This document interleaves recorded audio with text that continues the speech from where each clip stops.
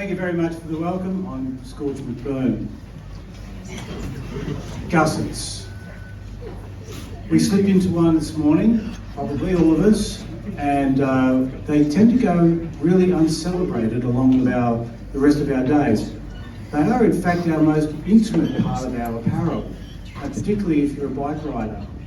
I think that they are an unacknowledged part of our dress. And there's a huge opportunity there for that particular space. I think we have, for example, health messaging in your gusset. For example, how's things downstairs today? Or damp and stormy? Maybe you should look into that.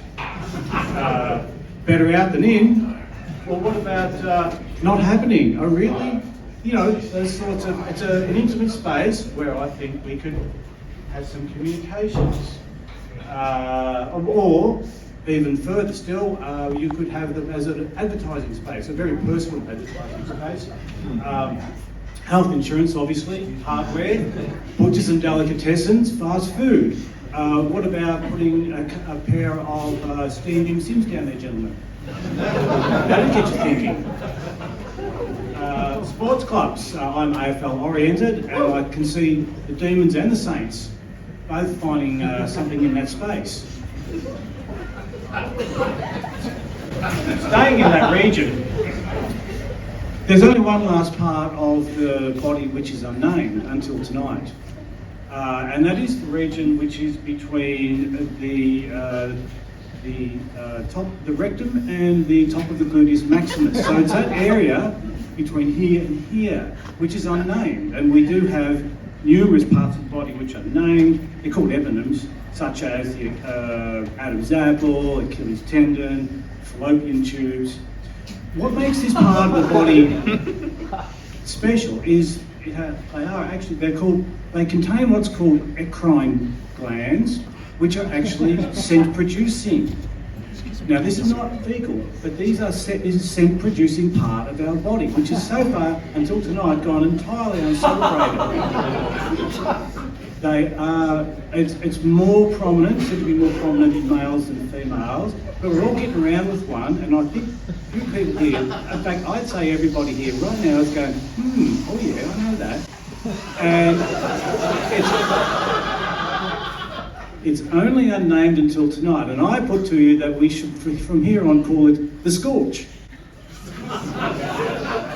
And I think also we should take it further, so that between consenting adults only, but that one might like to examine someone else's Scorch for its own particular characteristics, its own charms.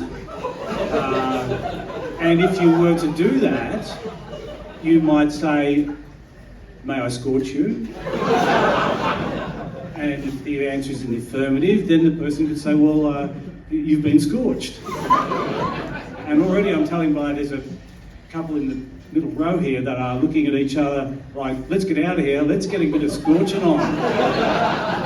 So, ladies and gentlemen, when you go home tonight, I want you to know that the seed was planted here, that is a region of your body which has, until tonight, has been totally uncelebrated, unfairly, and that you now know something and have permission, maybe I'm overstating this, but you have permission to do some exploring. And I do think that within the privacy of your own home, so there's a couple down here, please, take note.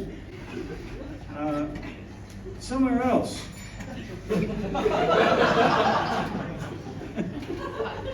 Headstones.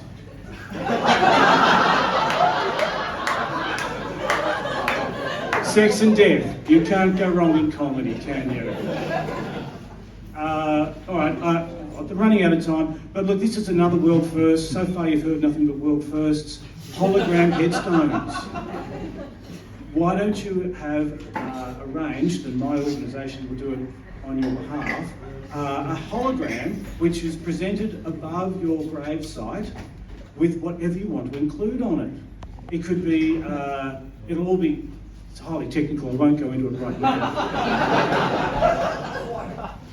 But rather than just a static display, you know, headstones that might say, Stay Lucky, which is one of my favourites, or having the smallest headstone in the row that says, "I never overspent on anything." But with your hologram headstone, think of the creative possibilities. It could be you waving to your loved ones endlessly. It could be you brown-eyeing your loved ones. Obviously, there'd be some ratings system here, but there is a massive potential, and with the setting of holograms advancing the way it is, I'd like to think that your future burial site will have a charm that at the moment is unknown of until you've been here tonight. Thank you very much for